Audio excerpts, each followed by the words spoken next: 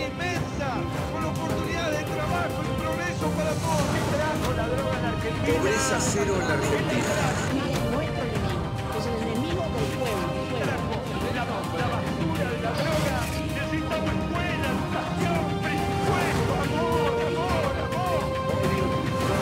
Esto lo vamos a lograr. Estamos unidos.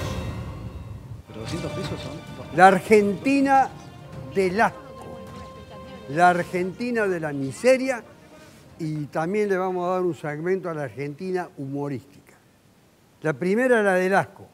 Un señor llamado Alberto Costantini, una de las mayores riquezas de la República Argentina, dice verse afectado, escuche bien, por la política económica del gobierno nacional, que lo ha hecho pasar de la condición de billonario, con B, billonario, más de 1.000 millones de dólares, a la pobre condición de simplemente millonario. Este dice ser una de las víctimas de la política económica del gobierno. Tiene la osadía, el atrevimiento, la perversidad de decir lo que ha dicho. He dejado de ser el billonario que era para pasar a ser un simple y pobre millonario. La Argentina de la miseria es la que le priva a los jubilados nacionales del bono que se le ha otorgado en el sector público a casi todos. No hay una razón, ni siquiera de carácter económico, para justificar este alto grado de insensibilidad. Y queda el último segmento, el de la Argentina cómica. Se reunieron Scioli con el gobernador Schiaretti. ¿Sabe lo que dijeron de qué habían hablado? De deportes extremos. ¿Usted cree eso? Claro, estar en lo que se llama el peronismo es participar de una actividad de deportes extremos, porque ahí hay que sufrir. Ricardo Moreno, ¿usted quiere ser intendente de la ciudad de Córdoba? No, bajo ningún punto de ¿No? vista. ¿Quiere las elecciones para que se elija el candidato? Exactamente como corresponde. Pero puede ser que usted quiere las elecciones y quiere ser intendente, no sé. No, todavía no. ¿Quiere las elecciones? No, yo Pero quiero parece que le quieren pasar el cuarto a todos ustedes. No, ¿sabe qué pasa? Que el pueblo peronista, la militancia del peronismo está cansada del dedo. Está cansada de tipos que nada tienen que ver con la historia, la trayectoria ni la militancia del peronismo. Vayan los ejemplos. Germán Cámara, actual socio y fundador de Cambiemos y de presidente Macri, un chico de apellido Keegan, un rubio que viene de un partido minúsculo, insignificante, de Unión por Córdoba, un tal Chuy que vino de otra provincia y ni siquiera era peronista. De esto se cansó totalmente la militancia del peronismo, con quien permanentemente en los distintos barrios populares yo tengo reuniones y los escucho, y bueno, esto es lo que ocurrió y esto es lo que trajo como consecuencia las palizas electorales que hemos sufrido del 2011 Quieren a la elecciones fecha. directas. Luciana Echevarría, que es del Movimiento Socialista de los Trabajadores, ha hecho una aspiración pública, su partido, de unirse al Frente de Izquierda de los Trabajadores, al FIT. Sí. En el último programa tuve a un invitado al FIT, al legislador Perecini. No alcancé a hacerle la pregunta, pero parecía ser algo renuente a aceptarlo. Sí, parecía. Bastante renuente. No, en realidad nosotros no proponemos ingresar al FIT, sino lo que decimos es que hay que hacer un gran frente de toda la izquierda y que sirva como un polo para atraer también a otros sectores. Nosotros vemos que hay mucha gente que está decepcionada también con la dirigencia kirchnerista, que hoy, después de lo que estamos viviendo con Macri, le propone volver con el PJ, que son los que aplican el ajuste en cada una de las provincias, sin ir más lejos de Schiaretti acá en Córdoba. Veamos lo que pasó con el presupuesto. Fresneda se abstuvo y tuvo una posición bastante, digamos, elogió de que hayan duplicado el gasto en el presupuesto. O sea, hay guiños hacia Schiaretti. Se abstuvieron en la votación. Y son los únicos que se abstuvieron, porque incluso hasta Cambiemos votó en contra en la primera lectura del presupuesto. ¿Usted le da un sentido de enrolamiento con el gobierno creo que hay actual guiños de Unión por mutuos, Córdoba? creo que hay guiños mutuos. y que, bueno, hay rumores fuertes de que el kirchnerismo estaría con Schiaretti, y hay un sector muy grande que no se traga poder ir con un personaje como Schiaretti, que es uno de los dinosaurios del PJ, el PJ que gobierna hace 20 años en las provincias, y que realmente creen que ha fracasado esa experiencia, están buscando algo nuevo.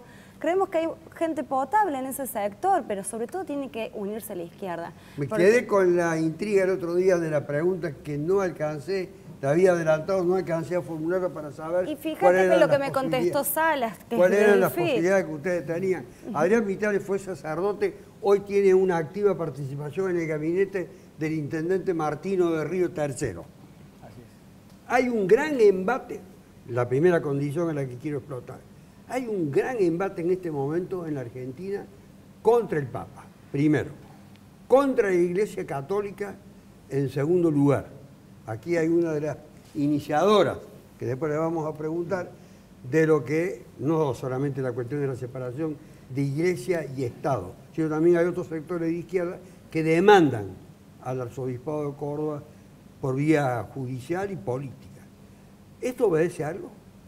Sí, primero creo que el Estado Nacional, ante el conflicto que tiene de no encontrar un rumbo en lo económico, empiezan a buscar temáticas para intentar desviar la atención. Creo que no es uno de los temas centrales. El tema central que tenemos hoy es la pobreza. Hace 70 años que los pobres viven en su misma geografía.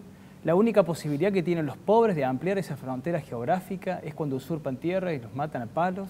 Entonces tenemos que debatir en serio el nuevo paradigma de la pobreza, que no es el hambre. Hoy la pobreza es debatir la tierra. Si la gente no tiene la posibilidad de poder construir su casa y tener un trabajo, es imposible poder planificar algo o llegar a la pobreza cero.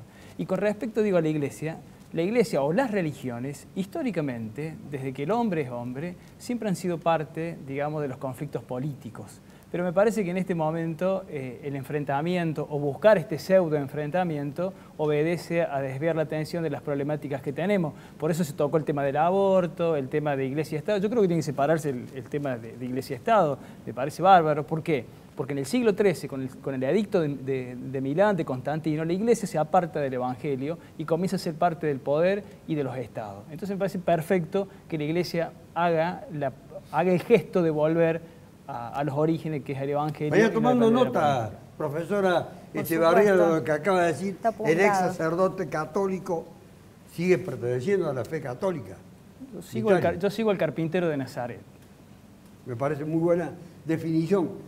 Gregorio Hernández Maqueda acaba de ser no solamente nominado, sino asumido el cargo de presidente de la coalición cívica. La pobreza es el tema verdaderamente central de la Argentina de hoy. Sí, sin ninguna duda. Pero la pobreza es la consecuencia ¿de qué? Yo creo que de la concentración del poder político y económico en muy pocas manos, que ha diseñado una estructura absolutamente corrupta por la cual se enriquecen unas minorías en detrimento de la inmensa mayoría del pueblo. Y lo que nosotros queremos para Córdoba y también para la nación, y trabajamos para eso, es para un cambio de régimen en la cual tengamos instituciones tanto políticas y económicas que sean inclusivas y en la cual el poder esté repartido, que no esté concentrado en pocas manos. Para eso nosotros creemos que hay que prohibir y hay que terminar con el financiamiento corporativo de las campañas, porque donde compran cuotas de una campaña, Rogio, el Grupo Clarín, o como es el caso de Massa, Pan American Energy o América, etcétera, compran partes de un eventual futuro gobierno. Y esa es la raíz en realidad de la corrupción. Ya llegan con las manos atadas. Y en eso el peronismo es como tiene una concepción corporativa y no republicana, contraria absolutamente a nuestras ideas, ha sido el maestro de organizar la Argentina creyendo que la sumatoria de las partes es igual al todo. Y nosotros creemos que la política y el gobierno tienen que trabajar por el interés general y superior del pueblo y no andar repartiendo e intercambiando favores entre la CGT, la Iglesia, los principales medios o las principales empresas. ¿Tiene DZ, concejal del PRO, miembro de Cambiemos, esa matriz antirrepublicana, el peronismo según su visión? A ver, no sé si... Ustedes convergen ambos en Cambiemos. Sí, por supuesto. supuesto, No, la por coalición supuesto no, cívica es podría parte- no serlo. No, sí, es parte de Cambiemos. A ver, primero Él es el aclarar, presidente más doctor, joven de un partido político en la Argentina. Sí, es un orgullo también para los otros sectores de Cambiemos que un joven como él asuma la presidencia de una de las patas de Cambiemos que creemos que es muy importante, ¿no? Lidita Carrió es... Yo fui al acto, la miembro- única vez en mi vida que fui al acto invitado como miembro del programa, para ver quiénes eran los que concurrían y cuál era la conformación de la gente. Tengo mi propia percepción. Ahora sí. Usted me preguntó algo que... No, que es ahora más dejo lo importante, otro y voy a la pregunta. Vamos al punto, pero antes decir que, a ver, entendamos que Cambiemos es una coalición de gobierno en la cual, bueno, hay distintos matices. No estamos hablando de que todos pensemos lo mismo. Tenemos un fluido intercambio interno entre los distintos componentes de Cambiemos.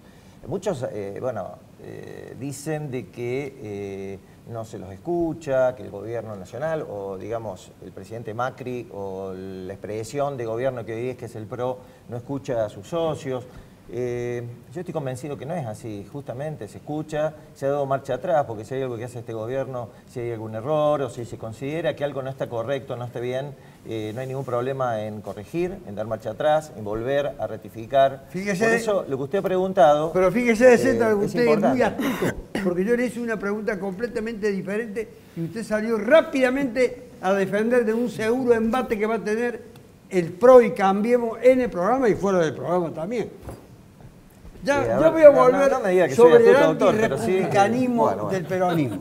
Andrés Carpio circula todos los días. ¿Cómo le va, años. doctor? Un gusto de verlo. Hace años que trata a la gente en la calle. Muchos. Muchos. 30 años. 40. 40. Me quedaba con 10 años menos.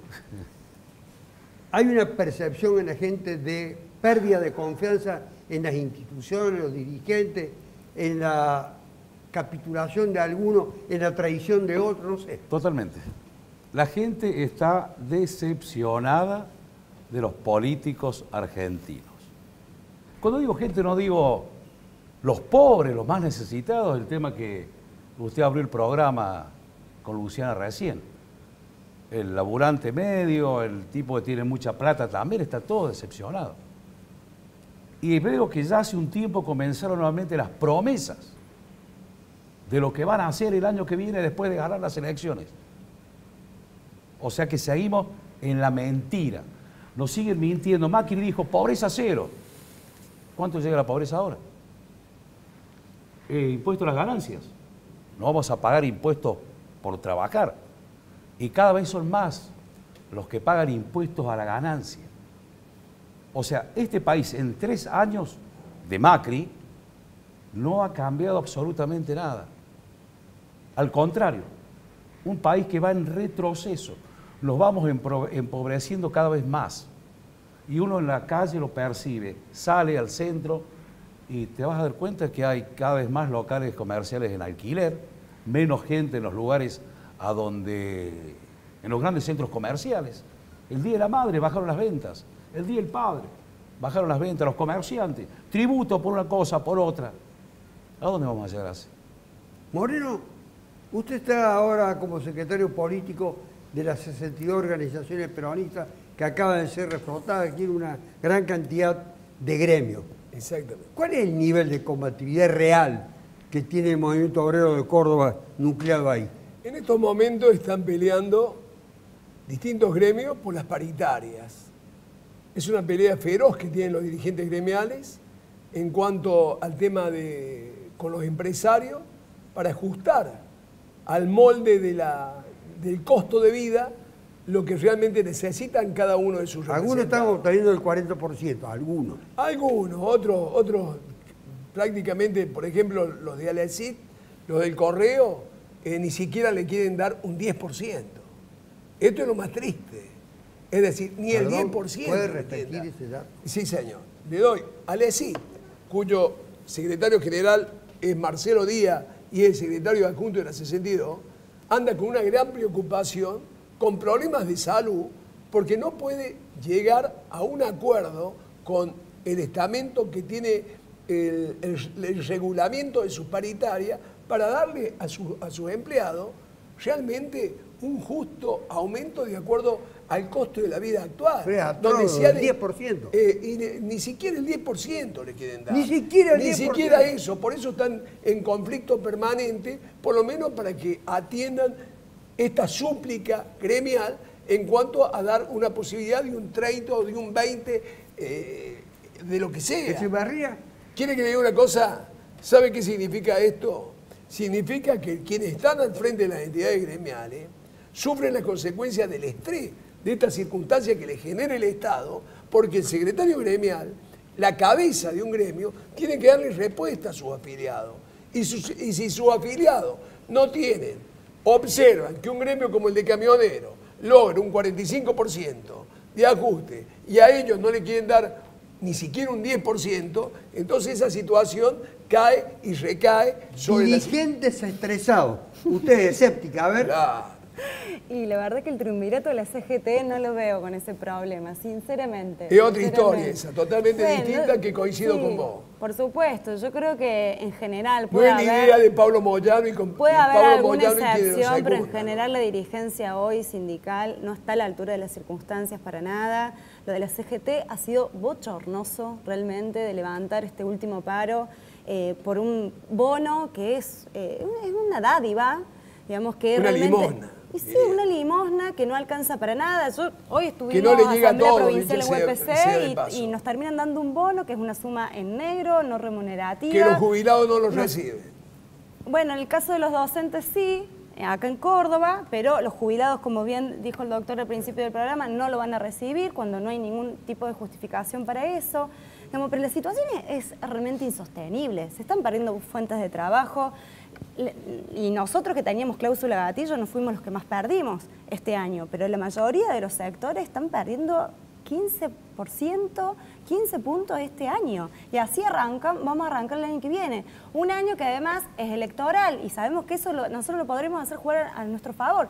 Sin embargo, muchos sindicalistas tienen la misma estrategia que él, en este caso estoy hablando del gobierno provincial, de sostener al gobierno de Schiaretti. Entonces, le van a dar la paz social en los próximos meses. Fíjate cómo cuando hablamos de mucho no hablamos de todo, ¿no? Vitali, sí. Esa insensibilidad que va traduciéndose en distintas interpretaciones que van haciendo los panelistas, ¿a qué obedece? ¿Cuál es la raíz de esta insensibilidad? Primero, la política es una construcción de poder. Y el que busca poder y sostenerse en el poder usa todas las herramientas. ¿Sabe por qué no le van a dar el bono a los jubilados? Porque no tienen capacidad de movilización. ¿Sabe por qué le dan los bonos a la gente que recibe la asignación? Por eso, porque tienen capacidad de movilización. Hoy el problema no lo tienen los pobres, hoy el problema lo tiene la clase media que se va quedando sin trabajo y no tienen la forma de pagar los alquileres, de pagar los servicios que cada vez son más caros. O sea, la gente hoy está en una situación muy complicada. Y otro de los elementos de complicación es que la gente está endeudada.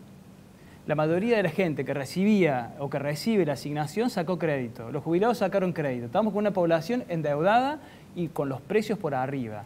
Y no se le pone piso al tema del alimento, que eso nos lleva a una situación de estrés mucho más grande porque nos pone una conflictividad con el tema de los alimentos. Es urgente ponerle. Ahora hablan de precios cuidados cuando el alimento se subió un 40%, ¿no?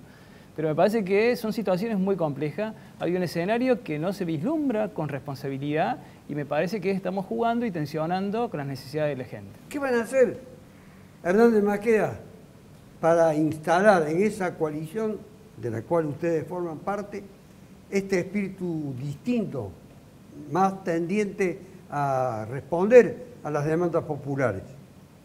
Miren, yo creo que más que una ley de alquileres o que algún bono, lo que hay que hacer y la prioridad número uno es bajar la inflación. Y para eso es contradictorio el reclamo de algunos sectores que se oponen a un presupuesto que justamente lo que busca es equilibrar las cuentas públicas, reducir gastos superfluos para justamente... No, pero bueno, es que lamentablemente de algún lado necesita entrar plata para sostener el aparato monstruoso del Estado que construyeron durante 12 años. Para decir monstruoso, hay que debilitarlo, destruirlo, aniquilarlo, empobrecerlo, no, doctor, es que un Estado fuerte no es un Estado grande y un Estado chico no es un Estado débil. Un Estado fuerte es en el cual es capaz de aplicar la ley. Y nosotros somos un Estado débil porque el Estado argentino no es capaz de aplicar la ley. Lo que nosotros necesitamos es bajar el gasto público sustancialmente, bajar impuestos para que se pueda reactivar justamente el sector de las pymes y de las pequeñas industrias que hoy es insoportable, y también atacar a las corporaciones sindicales que impiden también que se cree empleo, porque hoy nos empujan a cualquier pequeño empresario a contratar en negro, porque es imposible la falta de libertad sindical que hay. Y como decía él, lo que ha crecido más que el endeudamiento es la usura. La cantidad de usureros que hay en este país, que algunos tienen grandes sedes, como es el caso de Tarjeta Naranja, o grandes estudios de abogados al servicio, pero la verdad es que eso está haciendo estragos en las clases bajas y en las clases medias también de trabajadores. Entonces, nosotros, si logramos aplicar este presupuesto, que yo creo que es muy positivo en ese sentido, para el año que viene, bajar impuestos, vamos a tener unas cuentas más equilibradas, que eso es en definitiva lo que necesitamos. Usted te comparte, primero, la enunciación de los factores que ha ido proporcionando Hernández Maqueda, y en segundo lugar, la individualización de ciertos sectores empresariales. Ha dado los nombres, concretamente. Usted pretendía, doctor, que no coincidiera con Maqueda, porque tenemos diferencias a veces, pero en esto sí bien. No, yo no pretendo absolutamente nada. Lo que ustedes hagan o dejen de hacer es un problema vamos de al punto, responsabilidad de ustedes. Una chance, doctor, tómelo bien. El tema, voy a lo concreto. O sea, acá estamos hablando de un país que tenemos que transformarlo a mediano plazo, porque es imposible producir cambios a corto plazo necesarios en la matriz económica, que heredamos con un 8% de déficit fiscal. O sea, eso es inviable para cualquier país del mundo. A ver, se pretendió llevar adelante un plan progresivo, ¿cómo era el término? Gradualismo, como le decía el ministro Peña. Bueno, eso dependía de la financiación externa. Nosotros no tenemos mercado de capitales acá en la Argentina. Dependemos de, lamentablemente, está destruido, no tenemos mercado propio. Teníamos que depender de mercados externos. Pero no ha cambiado las variables y... ¿No los eligieron para revertir eso? Justamente hay que reducir el déficit, se está trabajando en eso. Se pretendía hacerlo gradualmente para que tuviera menos impacto social. Ahí está la intencionalidad. ¿Usted cree que la sociedad del pueblo lo sigue en ese aspecto a ustedes? Yo le estoy dando explicaciones. Yo creo que sí, la gente va a seguir y va a continuar, va a votar para continuar este proceso. Yo estoy convencido de eso. Estamos trabajando para que justamente los que menos tienen puedan pasar este proceso de reestructuración. Estamos gastando el 70% del presupuesto nacional en lo social. Son números concretos, no es una voluntad o ganas, sino que es la realidad. Carpio recién habló de la decepción. Sí, pero sí, claro, de la gran lo decepción. entendemos de que la expectativa que se generó fue muy grande y nos hacemos cargo de que se pensaba que esto iba a ser mucho más rápido. Es necesario más tiempo. Yo creo que la gente nos va a dar ese cheque en blanco para seguir adelante. ¿Sí? ¿Cheque en blanco? ¿Usted cree, Carpio, que hay cheque en blanco? Sí, la cosa está muy dividida el tema. Yo sigo escuchando las promesas, 3 años de gobierno, y seguimos escuchando esas lindas palabras de que hay que mejorar, combatir la pobreza, el déficit. ¿Yo qué quiere que le diga? Soy un decepcionado más, con muchos argentinos. Es decir, que usted hace 3 años atrás tuvo expectativas diferentes a las que lo han llevado a la decepción de hoy. Totalmente, porque soy un argentino afectado por este gobierno, económicamente hablando. Yo trabajo en 2 lados y es impresionante la carga impositiva que tengo yo, clase media. Macri les digo a los de arriba y a los de abajo. A los jubilados no hay bonos. A mediados de año 1.200 pesos para todos los planeros, los subsidiados. A fin de año 1.500 pesos más. Y los jubilados, y estos tipos no laburan, se levantan a las 12, van al cajero cuando está depositado el subsidio y no hacen otra cosa. O sea que cambiemos un poco también por ese lado. No nos aprovechemos de esto que moviliza, que ya le empezó a estafar gente. En la provincia de Buenos Aires están estafando gente. Bueno, los planes, y bueno, anda una vez, 2 veces a limpiar un... Hernández Maqueda hablaba de la usura. Claro. Eso sería un mecanismo de la usura. Se aprovechan de la gente, sobre que a la gente le gusta laburar poco. Acá hay venezolanos en la farmacia, en el bar de la parrilla donde yo voy, y hay argentinos que se encapuchan, salen con paro y hace 30 años no consiguen laburo. Digo, ¿cómo es esto? A usted le constará en las parrillas, en la farmacia, los deliveries, venezolanos, colombianos, vienen a los 20 días a conseguir laburo. Y acá hay tipos que viven del subsidio y hace 30 que no consiguen un trabajo. No, tampoco Esta es una visión bien diferente Tampoco es así. de la que tienen otros sectores. Claro. Los municipios están siendo extorsionados de que pertenece a un municipio muy importante como el de una ciudad muy importante como Río Tercero. Nosotros tenemos un diagnóstico de demanda social que llega a la Secretaría. Cuando llega una persona a la Secretaría se le toma el nombre, el apellido, el barrio, el lugar, la edad y el oficio para saber cuál es la franja etaria que demanda. Y a partir del oficio empezamos a planificar cómo podemos ayudarle a esa persona. Porque con lo que hay que terminar es con el asistencialismo, que lo único que hace el asistencialismo es generar la negación de las capacidades humanas. Y el asistencialismo nos transforma en pequeños bonsai, donde nos van cortando la rama y no nos rompen la maceta para poder expandirnos y ser un gran árbol o expresar todas las potencialidades que tenemos. ¿El asistencialismo es degradante? Es degradante, es la negación. El asistencialismo determina qué tiene que hacer el pobre. Tiene que comer, tiene que tomar la leche, tiene que comer arroz, comer fideo y nada más.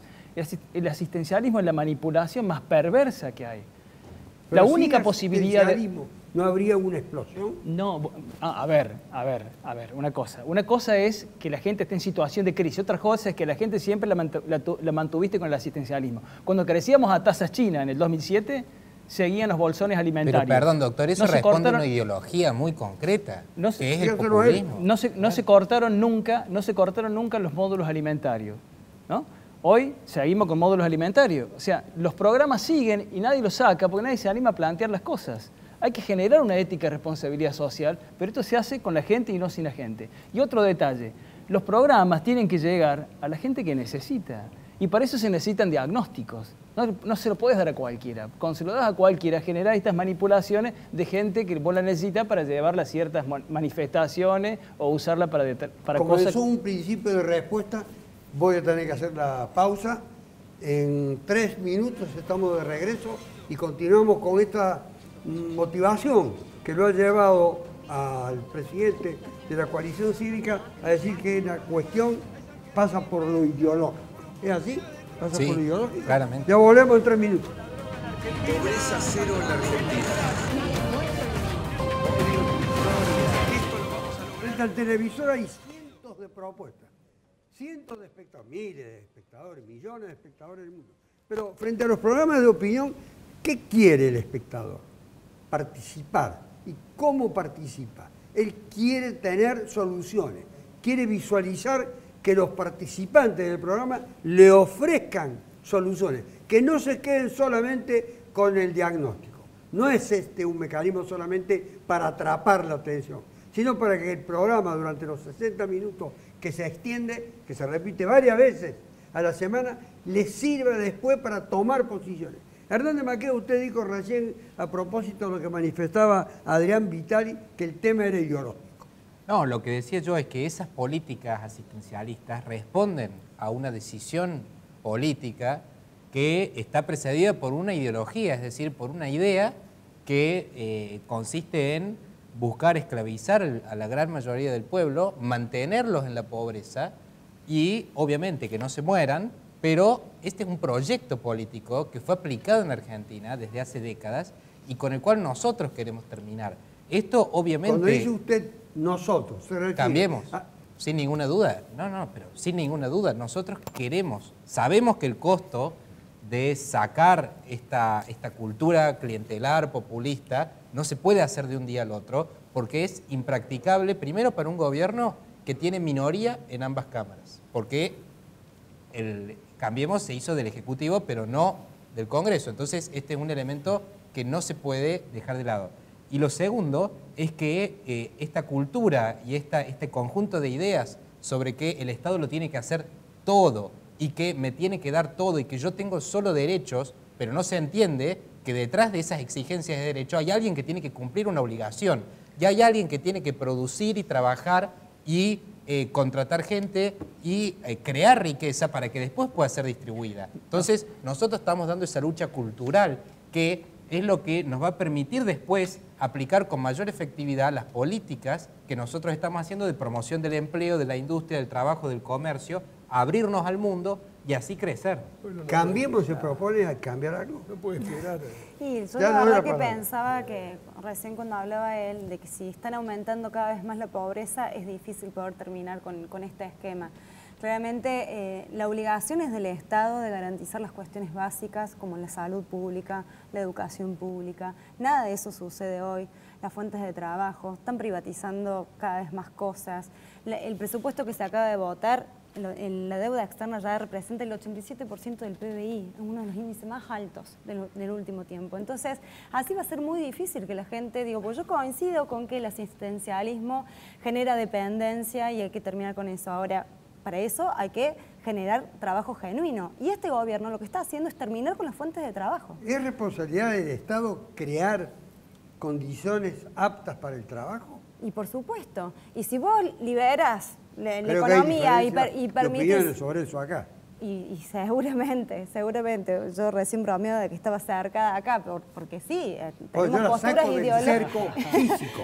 Claro, no, seguramente hay posturas ideológicas muy distintas. Yo creo que hay que pensar un modelo económico completamente diferente al que vienen aplicando no solo este gobierno, sino también el anterior y los anteriores. Ninguno ha priorizado realmente la deuda interna que tenemos en el país desde hace décadas. Entonces, si vamos a seguir endeudándonos con los organismos internacionales, si le vamos a abrir las puertas a las corporaciones extranjeras, que además después se llevan toda la plata afuera del país, bueno, si vamos a seguir que nuestros recursos estratégicos estén en manos de corporaciones extranjeras y no en manos del Estado, vamos a tener más tarifazos, digamos, servicios más caros, más deficientes. Digamos, entonces, con eso hay que terminar.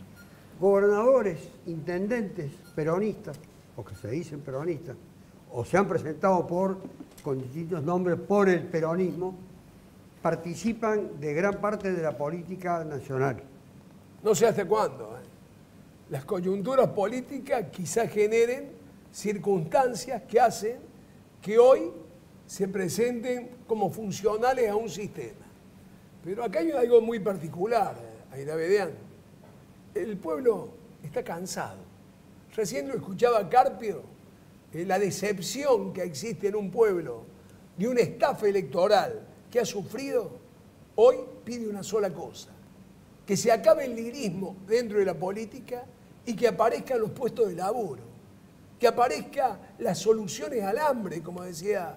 Pero eso no puede aparecer mágicamente. No puede aparecer mágicamente, pero tiene que aparecer con políticas de Estado que tengan mucho que ver en atender estas situaciones coyunturales que actualmente existen en el país, donde las fábricas se están cerrando, los negocios se están cerrando, los restaurantes se están cerrando y donde la gente sale a la calle a buscar algo para llevar a su casa porque el hambre ya le empieza a golpear la puerta. Entonces, estas situaciones populistas, como dice acá el flamante presidente del partido de la coalición, no son populistas, son situaciones urgentes, son situaciones donde cuando el hambre golpea la puerta, está golpeando la puerta donde hay niños, donde hay jubilados, donde hay amas de casa y donde hay personas que pasan los 60 años y que no tienen posibilidad de laburar en ningún lado. Entonces el Estado, los legisladores tienen que legislar a los efectos de dar expectativa a todo ese conglomerado que hoy no piensa en ir a votar, Aida Bedeán. Le digo algo muy triste, lo escucho, a mí no me van a llevar, yo no voy a votar. Y uno tarda como cuadro de la política media hora convenciendo de que el voto es una necesidad, porque el voto realmente genera el cambio que necesita un país. Pero la gente no quiere ir a votar porque se encuentra defraudada por una estafa electoral que hizo Macri prometiendo y no cumpliendo, y se encuentra defraudada por una actitud de una CGT, como dijo Luciana Echevarría, que realmente es funcional al gobierno, y de dirigentes del peronismo también, que son funcionales al gobierno. ¿Por qué cree de Z? Voy a volver al tema inicial, pero cambiándoselo para no entrar en una cuestión teórica, porque el republicanismo no hace a la esencia de la solución de los problemas. ¿Por qué ese apoyo de un sector importante de lo que se llama básicamente la oposición, que paradojalmente tiene la mayoría en el Congreso. Es una oposición sui generis, pero que tiene la mayoría de las gobernaciones. ¿Por qué están al lado en el momento decisivo? Vamos al caso del presupuesto, por ejemplo. Usted refiere a esas decisiones. Elija usted esas decisiones el importantes que necesita el país. Yo creo que hay una visión de que este es un gobierno, ante todo, que dialoga, que trata de encontrar puntos de contacto, que trata de escuchar lo que la oposición manifiesta, cuáles son los puntos en que hay que modificar la postura inicial. Hay un mecanismo, en este caso, bueno, hay un gran maestro ahí, que el jefe de orquesta, que es Emilio Monzó, en el caso de la Cámara de Diputados, que ha logrado llevar adelante ese estilo. Y eso es aceptado, respetado por la oposición. Entonces eso facilita el que pueda haber diálogo. Hay un mecanismo que para nosotros es fundamental y que queremos impulsar, y que no es solamente para este periodo de gobierno del presidente Macri, sino para las generaciones venideras. Tenemos que aprender a dialogar y a ponernos de acuerdo. Basta de confrontar, bastante. Tenemos una sociedad muy confrontativa, muy violenta, lo vemos en la calle permanentemente. En otros países del mundo, en Latinoamérica hablo, no solo en otros continentes, son sociedades mucho menos violentas. Tenemos que llegar al diálogo, tenemos que tratar de tener puntos de contacto, tenemos que tener políticas de Estado a las cuales se le dé continuidad. No puede ser que cada gobierno que entre cambie todo. En eso el gobierno del presidente Macri ha intentado mantener algunas de las políticas del gobierno anterior, y mire, doctor, si ha habido discusión respecto al kirchnerismo y el por qué la gente votó a Cambiemos. Sin embargo, hay varias políticas, en ellas las sociales, que se han mantenido. Podemos discutir si no es exactamente lo correcto. Despidiendo miles de personas, miles de gente.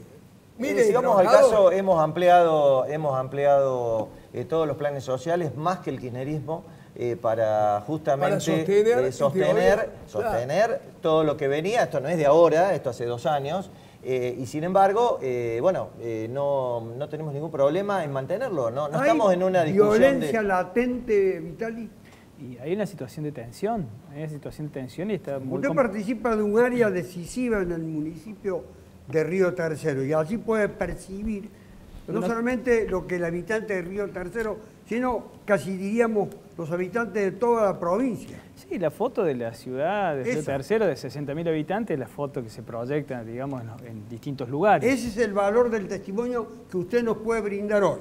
Sí, yo no creo que, a ver, en esto hay que ser muy, muy claro.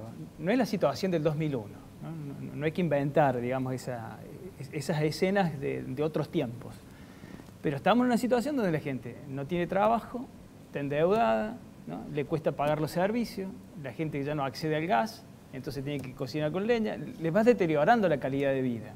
Y quiero decir una cosita, hace 2 años yo estuve en el gueto de Varsovia. Y lo que me impresionó de esas preguntas que nos hacemos tanto, cómo 6 millones de personas no pudieron manifestarse, no pudieron impedir lo que sucedió. Y el profesor con el que estábamos, que era Mario Sinay, que estuvo hace poquito aquí en Córdoba, nos contaba que, cuando nos leía los relatos, que la gente se moría de hambre dentro del gueto porque no se podía salir, y si salía te fusilaban, ¿no? Entonces lo que veían en realidad, cuando alguien estaba muerto de hambre, era que vos no eras ese que estaba muerto de hambre ahí muerto. Entonces, ¿qué generó el gueto? ¿O qué generan los guetos? Lo que generan es la individualización de cada uno. Te llevan al estado primitivo de la subsistencia. Y ese es el riesgo de la ideología del asistencialismo, llevarnos al estado primitivo para poder manipularnos. Entonces, creo que estamos en un umbral complicado, que no pudimos zafar, ¿no? Podríamos haber cambiado la historia y seguimos lo mismo, seguimos con los planes, seguimos iguales. No se generan, mire, nosotros estamos generando un programa de herramientas. Hemos generado un programa donde contamos las historias de las herramientas. La gente no conoce las herramientas. ¿Con cuántas herramientas podés transformar cosas? Podés hacer una mesa, podés hacer silla. Carpio decía recién que hay trabajos ocupados por otros que tienen vocación por el trabajo, mientras un sector no trabaja. Bueno, de nuestros compatriotas. Esa es la precarización laboral. Desde mi experiencia personal como cura. Cuando dejé de ser cura, me pregunté qué hago. Uno de los grandes problemas fue que yo no tenía el hábito del trabajo. Me costó horrores. A mí me costó horrores que tenía ¿El conceptos. ser cura no era un trabajo? No, no era un trabajo, era una función, bueno, un ejercicio. Pero digo, trabajar para poder llevar el sustento a tu casa. Tenía un hijo y tenía que alimentarlo, tenía una mujer. Pero me costó el hábito de levantarme, el hábito de cumplir normas. Entonces, digo, si a mí me costó, imagínense cuánto le cuesta a los pobres. Ya, son unos vagos, no hacen nada. Imagínense cuánto les cuesta. Cuando los pobres tienen algo, se compran zapatos. Y sí, se lo va a comprar porque le encantó y no siempre tiene plata en el bolsillo. O no siempre tiene plata de comerse un asadazo, ¿no? Entonces, el pobre vive el presente. Y este presente que estamos viviendo ahora, este presente complicado, nos hace ver el pasado como futuro, ¿no? Porque también es una crisis que se ha generado. ¿Cómo puede ser el pasado una alternativa del futuro? Porque el presente que soñamos, del que hablaba Carpio, del cual algunos se sienten decepcionados, no se vislumbra como futuro. Justamente, Carpio, esa decepción suya, ¿usted ve que se corporiza en otros? Sí, claro. En otros muchos. Escucho a los políticos y digo, qué bien que hablan. Qué lindo que hablan, cómo te la pintan.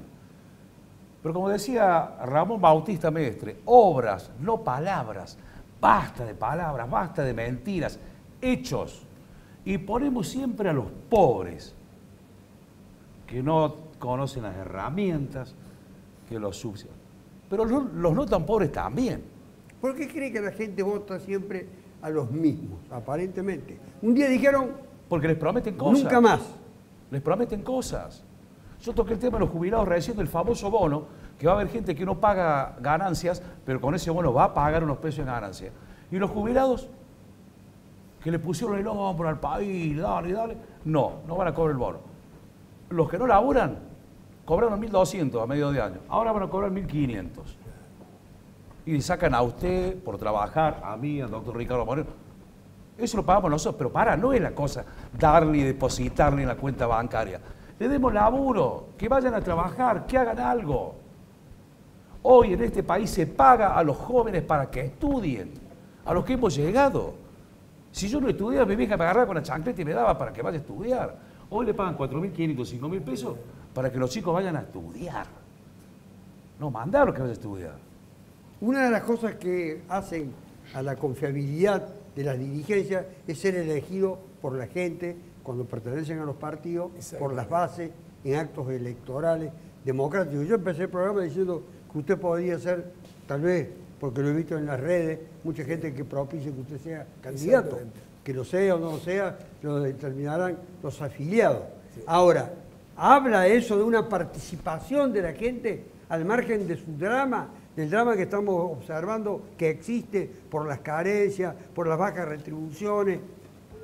La participación política. La participación política cada vez va disminuyendo en virtud de la decepción de las mismas caras, como dice Carpio, de la decepción de que la familiaridad o el dedo o los mismos candidatos siguen vigentes y no le dan lugar a la renovación de los cuadros, que realmente es lo que genera. ¿Cómo hay que ganar el lugar? El lugar únicamente imponiendo límites a través de una fuerza, de un sistema muy fuerte, donde se exija elecciones libres, abiertas y soberanas. Y ahí surgirán los candidatos naturales en cada uno de los circuitos seccionales, departamentos del interior, donde saldrán los verdaderos responsables elegidos por la voluntad de la gente, no por el dedo. ¿Usted cree, Luciana, que la gente quiere participar de actos electorales? ¿Que lo tiene como una prioridad? ¿Quiere protagonizar el cambio en la historia? Yo creo que en los últimos años se está dando una participación mayor, sobre todo en los jóvenes, lo veo mucho. Yo, así como me ves joven, yo tengo 18 años de militancia y creo que en el último tiempo... Bueno, usted puede ser tomada como un ejemplo por todo, mire, la juventud suya, la juventud de Gregorio. Claro, bueno, por eso, pero digo... Los demás también son jóvenes. Yo vendría a ser una hija del 2001, porque empecé a participar con toda la crisis del 2001, pero ahora veo que hay toda una nueva camada de jóvenes, y bueno, ni que hablar del movimiento feminista y demás, que quiere participar. Puntuales requerimientos y demandas, esos sectores jóvenes.